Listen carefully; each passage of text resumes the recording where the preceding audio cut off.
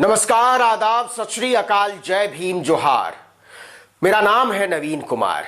पूर्व प्रधानमंत्री अटल बिहारी वाजपेयी ने गुजरात के कत्लेआम के बाद तत्कालीन मुख्यमंत्री नरेंद्र मोदी को राजधर्म पर चलने की सीख दी थी, लेकिन 2014 में नरेंद्र मोदी ही राजधर्म की नई लकीर बन गए।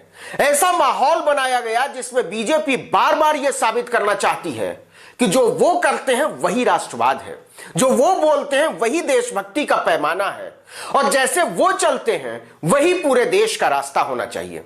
मोदी कहे कांग्रेस बेकार तो पूरा देश माने, मोदी कहे महबूबा मुफ्ती बेकार तो पूरा देश माने, भले उनके साथ बाद में सरकार चलाएं।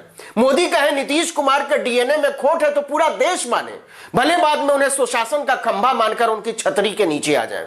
वो कहे शिवसेना महाराष्ट्र की आशाओं का प्रतीक है तो सारा देश मान ले, और फिर रास्ता अलग हो जाने पर उनके नेता उद्धव ठाकरे को धोखेबाज और झूठा बोलते फिरे। मतलब पूरे देश पर सवाल खड़ा हो सकता है, मोदी पर सवाल नहीं खड़ा हो सकता है। नई राजनीति में वही राष्ट्रवाद के शिक्षक भी हैं, वही पाठशाला भी और वही परीक्षक भी। ऐसे में बित्ते भर के राज्य का एक मुख्यमंत्री उन्हें राजधर्म सिखाए तो बात चौंकाने वाली लगती है। आप भी हैरत में पड़ गए होंगे। बात ही ऐसी है। अगर हम कहें कि वो मुख्यमंत्री बीजेपी की कृपा से मुख्यमंत्री है, उसके साथ मिलकर सरकार चला रहा है, 2018 से ही नरेंद्र मोदी की जय बोलता रहा है, तो आपकी आंखें हैरत से थोड़ी और चौड़ी हो जाएंगी। लेकिन यह बात 16 आने सच है। ऐसा ही हुआ है कि आप ऐसे मुख्यमंत्री के बारे में जानना चाहेंगे, लेकिन इसके पहले हम आपको भारत के पड़ोसी देश म्यांमार में चल रहे संकट के बारे में भी याद दिला दें। आप शायद जानते होंगे कि वहां की सेना, जिसे जुंटा भी कहते हैं, उसने तख्ता पलट करके सबसे बड़ी नेता आंग सान सूची को बंधक बना लिया है। नागरिकों के सारे अधिकार खत्म कर दिए हैं। लोग लोकतंत्र के समर्थन में वहां जुलूस निकाल रहे हैं और सेना उन पर गोलियां बरसा रही है। अलग अलग प्रदर्शनों में 200 से ज्यादा छात्रों, नौजवानों और लड़कियों की मौत हुई है। हालत इतनी बुरी है कि जुंटा यानी सैनिक शासन का विरोध करने वाले बर्मी फौजी और जवान जान बचाने के लिए भारत की सीमा में दाखिल हो रहे हैं और शरण देने की अपील कर रहे हैं। आप कहेंगे इसमें नरेंद्र मोदी कहां से आ गए, भारत सरकार कहां से आ गई, राजधर्म कहां से आ गया? यह तो बर्मा यानी म्यांमार का आंतरिक मामला है। नहीं, ऐसा नहीं है, क्योंकि मिजोरम के मुख्यमंत्री जोरामथांगा ने प्रधानमंत्री नरेंद्र मोदी और गृह मंत्री अमित शाह की नाफरमानी कर दी है।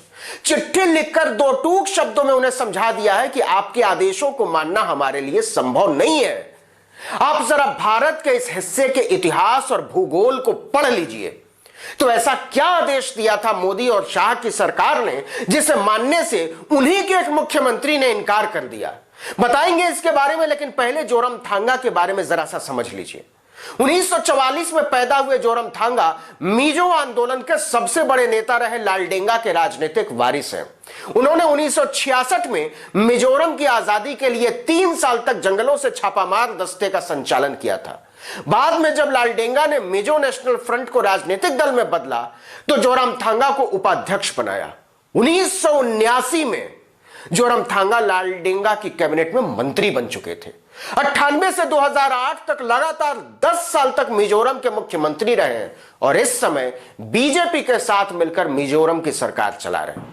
यह अलग बात है कि जोरामथांगा के पास 40 सीटों की विधानसभा में 27 सीटें हैं और बीजेपी के पास केवल 1, लेकिन हैं तो दोनों साथ।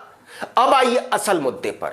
म्यांमार में जुंटा सरकार के तख्ता पलट अभियान के बाद वहां के लोग जान बचाने के लिए छिपते हुए भारत में दाखिल हो रहे हैं।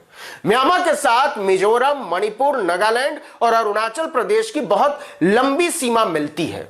गृह मंत्रालय ने इन राज्यों की सरकारों और सीमा की रखवाली करने वाले असम राइफल्स को निर्देश दिया था कि म्यांमार से आने वाले अवैध शरणार्थियों को रोकें और जो आ गए हैं उन्हें तुरंत बिना देरी वापस भेजने का बंदोबस्त करें।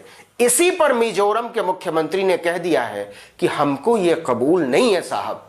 जोरामथांगा ने कहा है कि म्यांमार के करीबी पड़ोसी होने और दुनिया के सबसे बड़े लोकतंत्र होने के नाते हमें और ज्यादा उदारता दिखाने की जरूरत है। गृह मंत्रालय के निर्देशों के उलट जोरामथांगा ने प्रधानमंत्री नरेंद्र मोदी से अपील की है कि वो म्यांमार के शरणार्थियों को आसानी से दाखिल होने देने के लिए हस्तक्षेप करें और उनके लिए खाने रहने का बंदोबस्त करें। जोरमथांगा ने मोदी को क्षेत्र का भूगोल समझाते हुए बताया है कि मिजोरम की सीमा से लगे हुए म्यांमार में चिन समुदायों के लोग रहते हैं, जिनके साथ हमारा खानदानी भाईचारा है। और यह कोई आज की बात नहीं है। मिजोरम के मुख्यमंत्री ने लिखा है कि हमारा मिलना जुलना, एक दूसरे के सुख दुख में खड़े रहना कोई आज का मामला नहीं है। यह तब से चला आ रहा है जब भारत आजाद भी नहीं हुआ था, 1947 से पहले का। जोरमथांगा ने गृह मंत्रालय के निर्देशों को मानने से इनकार करते हुए साफ साफ कहा है कि मिजोरम उन्हें उनके दुख में अकेला नहीं छोड़ सकता। और रही बात राष्ट्र के तौर पर भारत की, तो मानवता पर इस संकट के समय भारत उन घटनाओं पर अंधा नहीं बना रह सकता जो हमारी नजरों के सामने घट रही हैं। जोरमथांगा ने मोदी को एक तरह से वसुधैव कुटुंबकम के सिद्धांत पर अच्छा खासा लेक्चर दे दिया है, वो भी जुबानी नहीं, लिखित तौर पर। उनकी चिट्ठी के बाद से ही बीजेपी का चेहरा लाल हो गया है, क्योंकि कोई सुप्रीम लीडर को राजधर्म सिखाए, इंसानियत सिखाए, भाईचारा सिखाए, ये उसे कहां बर्दाश्त होगा। लेकिन वो करे भी तो क्या।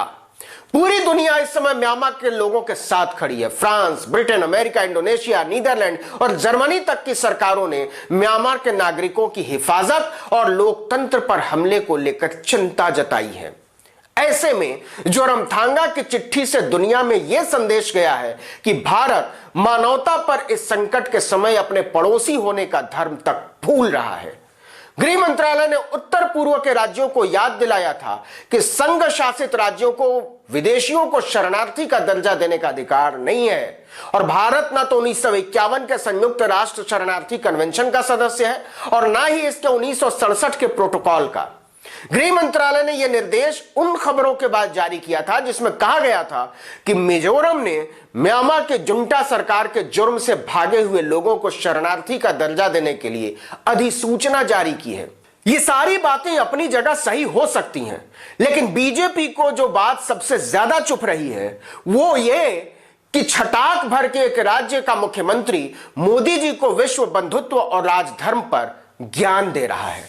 इस वीडियो में इतना ही, लेकिन अगर आपने आर्टिकल 19 इंडिया को अब तक सब्सक्राइब नहीं किया तो फौरन कर लीजिए, बेल आइकॉन दबाइए, घंटी जैसी आकृति लाइक कीजिए, कमेंट कीजिए और अपने दोस्तों, परिचितों, रिश्तेदारों, समूहों में व्हाट्सएप, इंस्टाग्राम, फेसबुक, ट्विटर पर हमारे वीडियो लिंक्स को शेयर कीजिए, साझा कीजिए। हमारा फेसबुक पेज आप जानते हैं आर्टिकल 19 इंडिया, उसको भी लाइक और सब्सक्राइब जरूर कर दीजिए वीडियो के साथ साथ।